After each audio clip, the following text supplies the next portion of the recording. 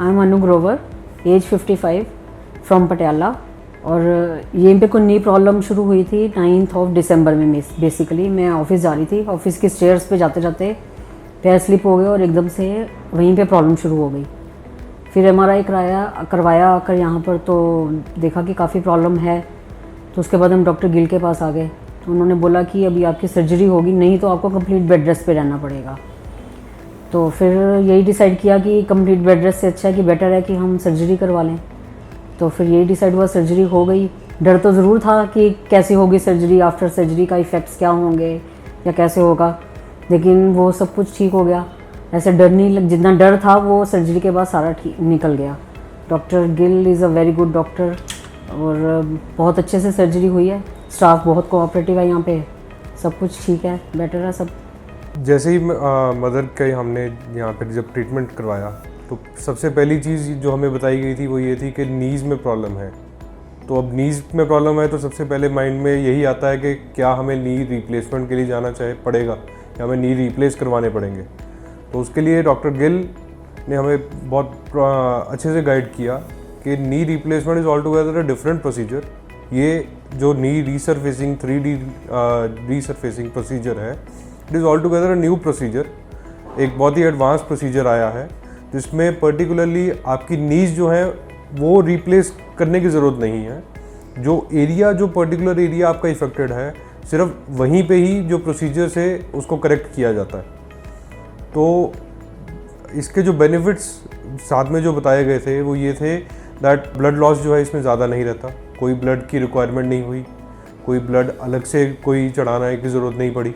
जो normal knee replacement procedure होता है उसमें एपिड्रल इंजेक्शन जो है वो देना पड़ता है पेशेंट को, बट इन दिस केस ऐसा कोई इंजेक्शन जो है वो देने की ज़रूरत नहीं पड़ती, जिससे ऑब्वियसली जो बाद में जो उसके अलग से पेन्स हैं या जो भी शॉर्टकमिंग्स हैं वो इस प्रोसीजर में नहीं होती। तो ये एक और एडवांटेज है नी रिसरफेसिंग के लिए। प्लस जो सबसे बड़ा एडवांटेज है वो ये है कि हम क्योंकि पटियाला से आए हैं और हमें पोस्ट सर्जरी जैसे हम वापस पटियाला जा रहे हैं तो स्टिचेस जो हैं सभी के माइंड में एक रहेगा कि स्टिचेस खुलवाने के लिए दोबारा आना पड़ेगा, डिस्टेंस ट्रेवल करना पड़ेगा। इस प्रोसीजर में ऐसा कुछ मेटल स्टिचेस का यूज़ नहीं होता। ये एक डिज़ोल्वेबल स्टिचेस जो हैं इस प्रोसीजर में लगाए जाते हैं, जिसको ना ही निकालने की ज़रूरत है और ना ही आगे मेडिकेशन की अलग से ज़रूरत है। प्लस एक और बेनिफिट जो हमें यहाँ पे मिला है वो ये है कि कल को अगर हमें लगता है कि कोई कंसल्टेशन की रिक्वायरमेंट है तो इवन टेली कंसल्टेशन से भी सब किया जा सकता है। जो सर्जरी के बाद अगर हम देखें तो आफ्टर हार्डली 2 और 3 आवर्स मदर को अपने फीट्स पे प्रोसीजर के बाद उन्होंने खुद खड़ा करवा दिया। तो ये एक अपने आप में बहुत अलग सी चीज़ है कि आपने जब दोनों नीज़ को ऑपरेट किया है, आपको दोनों नीज़ में एक प्रोसीजर किया गया है, still she was able to get up on her own with support obviously, but still she was able to get up only after 2 to 3 hours post surgery। जो है next day onwards 3 times जो थी वो physiotherapist जो session होते थे physio session and with the help of walker walk करवाने की कोशिश करी जाती थी। ग्रेजुअली हमने देखा कि जो वॉकिंग डिस्टेंस है वो इंक्रीज़ हो रहा था। ऑब्वियसली 3rd और 4th डे पे तो हमने ये नोटिस किया कि जो उठने के लिए भी जो सपोर्ट चाहिए था फर्स्ट डे या सेकंड डे पे वो भी नहीं ज़रूरत थी।